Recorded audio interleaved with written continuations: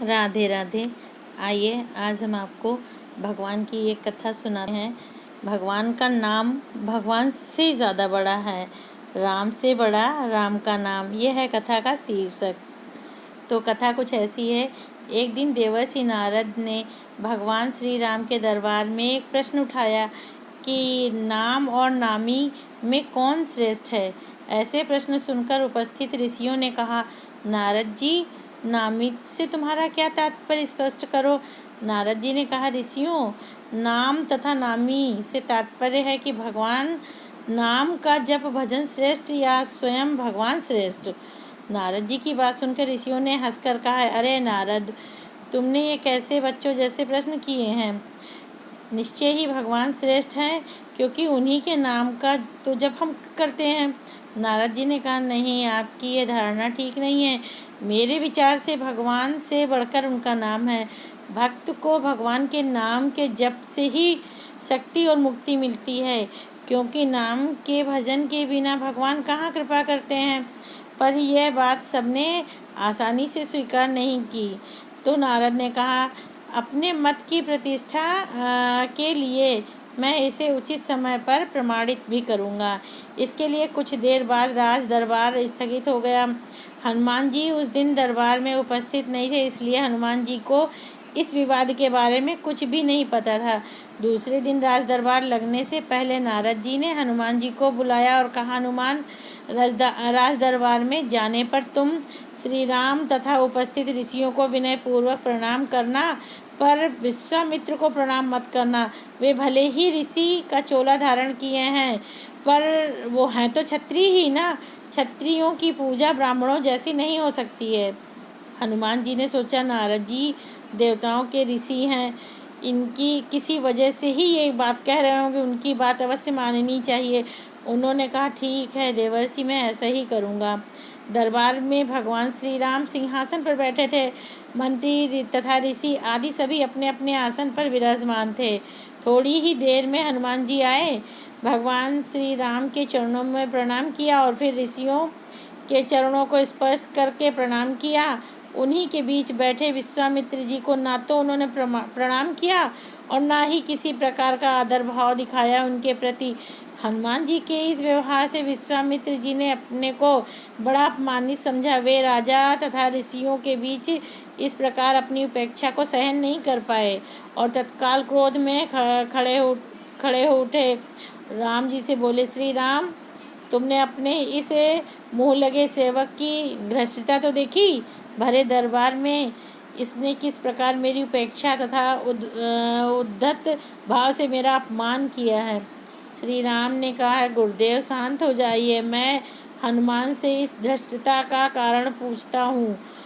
विश्वामित्र का क्रोध शांत नहीं हुआ। उन्होंने कहा, यह तो आपने प्रत्यक्ष देखा, पूछने की क्या आवश्यकता है। अस्त्र शस्त्र के क्षेत्र में मैं तुम्हारा गुरु हूँ और यह गुरु की आज्ञा है कि इसे दंड दीजिए। नारद ने भी विश्वामित्र की हाँ में हाँ मिलाई तथा कहा, भगवान विश्वामित्र जी ठीक कहते हैं। हनुमान ने इनका प्रत्यक्ष अपमान किया है। वो आपके दंडक सेवक को दंड मिलना चाहिए, उदंडक सेवक को दंड मिलना चाहिए। नारद की बात सुनकर हनुमान जी असमंजस में पड़ गए।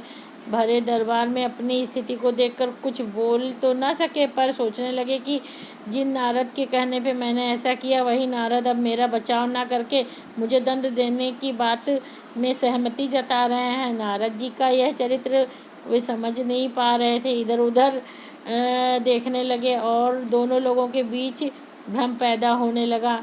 उन्हें लड़ाने में इन्हें कौन सा आनंद आता है। भगवान श्री राम किसी प्रकार की दंड की घोषणा करते इससे पहले ही नारद जी ने कहा, भगवान, इस संबंध में शांत भाव से विचार कर कल दंड दीजिएगा। उत्तेजित अवस्था में अभी इस समय हनुमान को दंड देना उचित नहीं। सबने इस सुझाव को स्वीकार किया और सभा स्थगित हो गई। रात को हनुमान नारद जी के पास गए और कहा, देवर्षि, आप ये कौन सा खेल खेल रहे हैं मेरे साथ। मेरा वध करा के आपको क्या मिलेगा। मैंने तो वही किया जो आपने कहा था, आपकी आज्ञा अनुसार ही सारा कार्य किया। नारद जी ने हंसकर कहा, हनुमान जी निराश मत होइए, चिंता मत करिए, मेरे कहने से तुम्हें दंड तुमने जो किया है उसके लिए दिए जाने वाले दंड से तुम्हारा कुछ नहीं बिगड़ेगा। तुम्हें दंड मिलेगा पर तुम्हारा बाल भी बांका नहीं होगा। मैं जैसा कहता हूँ वैसे वैसे ही कल करना। कल प्रातः काल सूर्य तट पर ओम राम रामाय नमः इस मंत्र का जप करते रहना। कोई कुछ कहे तुम कुछ मत सुनना, बस इस मंत्र का प्रेम भाव से जप करते रहना। प्रातः हुआ, हनुमान जी स्नान कर सरयू तट पर खड़े होकर इसी मंत्र का जप करने लगे। दरबार लग जाने पर हनुमान जी दरबार में उपस्थित न हुए तो श्री राम जी ने पूछा, हनुमान कहाँ हैं, अभी तक क्यों नहीं आए? विश्वामित्र जी ने कहा, आप आज दंड देने वाले हैं ना, शायद इसके डर से ही नहीं आया होगा। नारद जी ने कहा, मैं अभी थोड़ी देर पहले ही उनको सरयू तट पर उसे स्नान करते और ध्यान करते हुए देखा मैंने। भगवान राम ने कहा, यह हनुमान की एक और उदंडता है, हम स्वयं तट पर जाकर वहीं हनुमान को दंडित करेंगे। राम विश्वामित्र ऋषियों तथा मंत्रियों के साथ सरयू तट पर हनुमान जी को दंड देने के लिए पधारे। श्री राम अपने भक्त को बार बार करुणा भरी दृष्टि से देखते तथा सोचते कि अपने दुर्दिन के साथ ऐसे परम भक्त पर कैसे बाण चलाएं। उधर गुरु विश्वामित्र के कोप का भी डर उन्हें सता रहा था। गुरु की मर्यादा की रक्षा के लिए उन्हें हनुमान को दंड देने का निश्चय किया। श्री राम ने धनुष पर बाण चढ़ाया और हनुमान को लक्ष्य बनाकर बाण छोड़ दिया। अरे ये क्या! बाण तो हनुमान जी के शरीर से कुछ दूरी पर पहले ही रुक गया और राम बाण पर बाण मारते रहे, पर एक भी बाण हनुमान के शरीर को छुआ भी नहीं। उधर हनुमान जी राम जी के बाणों के प्रहार से निश्चित नारद जी के बताए मंत्रों का जप करते रहे। वह मंत्र जैसे हनुमान का कवच बन गया था। यह देखकर श्री राम को भी आश्चर्य हुआ, हनुमान में ये कैसी शक्ति आ गई है। उनके दंड का प्रयास व्यर्थ हो रहा था। विश्वामित्र को लगा कि राम अपने भक्त को बचाने के लिए जानबूझ के ये बाण नहीं चला रहे हैं उनको, ताकि उनको चोट पहुँचे। अपनी इस असफलता से विचलित होकर श्री राम ने ब्रह्मास्त्र उठा लिया।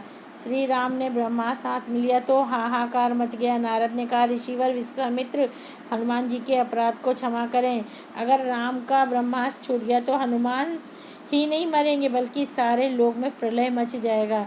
ब्रह्मास्त्र निकली ज्वाला देखकर विश्वामित्र जी भी डर गए। उन्होंने राम को रोकते हुए कहा, राम, ब्रह्मास्त्र को वापस तुड़ीन में रख लो। हनुमान के अभिनय को मैं क्षमा करता हूँ। इतना सुनते ही हनुमान को जैसे जीवन दान मिल गया। राम को धर्म संकट से मुक्ति मिल गई।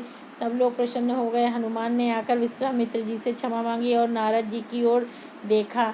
नारद जी ने फिर हंसकर कहा, प्रभु, इसका कारण मैं ही हूँ। मैंने ही कहा था ना, भगवान से बढ़कर भगवान का नाम जप करना श्रेष्ठ है ना, उसे प्रत्यक्ष सिद्ध कर दिया मैंने। हनुमान ने इष्ट देव भगवान श्री राम के बीज मंत्र से भगवान की शक्ति छीण कर दी। जिस प्रभु के नाम का जप होता है वह प्रभु अपने नाम जप की शक्ति के आगे शक्तिहीन हो जाता है।